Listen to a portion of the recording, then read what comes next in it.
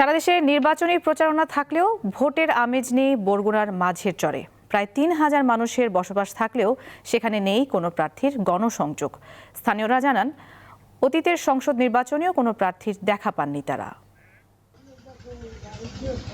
বরগুনার বিষখালী নদীর বুকে জেগে ওঠা এই মাঝের চর। নদী ভাঙনে সব হারিয়ে বহু আগে থেকেই চরে ঠাঁই নেয় অনেকে। ভোটারও হয়েছেন বাসিন্দারা।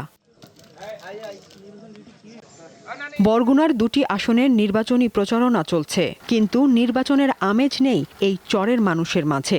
এলাকাটি বরগুনা সদর উপজেলার গুলিশাখালী ইউনিয়ন ও পাথরঘাটা উপজেলার কাকচিরা ইউনিয়নের অন্তর্ভুক্ত। বিচ্ছিন্ন হওয়ায় ইউনিয়ন পরিষদের সেবা থেকেও বঞ্চিত চরের মানুষ। নেই স্থায়ী বেড়িবাঁধ, হাই স্কুল, রাস্তাঘাট ও চিকিৎসার ব্যবস্থা। এজন্য মানবেতর জীবনযাপন করতে হচ্ছে তাদের। মানুষ অসুস্থই বললে কোথায় নেমু, কি করবো, এটা করার কিছু নাই। একটা সাইকেল সেন্টার দিয়েছে, হ্যাঁ ফাটল। মাদ্রাসা প্রায় 400-450 ভোটার আছে। তা ভোটারের কাছে তারা কোনো সময় আসে না, কোনো সময় ভোট চাইতে আসে না। তবু আমরা ভোট দিতে যাই, ওই একজন পাড়াই দেবে, যাও হাগো বলাই লইও, এই আমরা যাইয়া ভোটটা দিয়ে, নাহলে তো আমরা জানি নেই। ডাক্তার নাই, কিছু নাই, আমাদের রোহিঙ্গের মতন আমরা বাস করি এখানে। আমাদের কোনো মূল্যই করে না এখানে। আমি মাছের মেন তো হ্যাঁ দেখবেন না,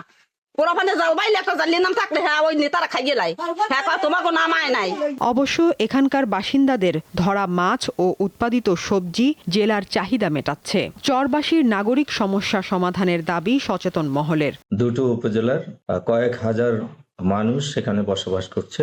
মৌলিক অধিকার তারা বঞ্চিত হচ্ছে, একই সাথে ভোটের অধিকার থেকেও তারা বঞ্চিত হতে যাচ্ছে এবং জনপ্রতিনিধিরা যারা তাদের সেবা করবে, তাদের সুখ দুঃখের কথা শুনবে, তারা কেউই তাদের কাছে যাচ্ছে না। আসলে তারা দেশের নাগরিক, তারা জনগণ, তাদের কাছে যাওয়া উচিত এবং তাদের কাছে ভোট প্রার্থনা করা প্রার্থীদের উচিত, এবং সাথে সাথে তাদের কাছে যারা কন্টেস্টিং ক্যান্ডিডেট তাদের একটা কমিটমেন্ট থাকা উচিত যে তারা নির্বাচিত হলে অন্তত সেই আইসোলেটেড এরিয়ার জন্য যাদের সরকারের পক্ষ থেকে গুরুত্বপূর্ণ পদক্ষেপ গ্রহণ করা হয়। বরগুনা 1 আসনে 4 জন এবং বরগুনা 2 আসনে 9 জন প্রার্থী প্রতিদ্বন্দ্বিতা করছেন।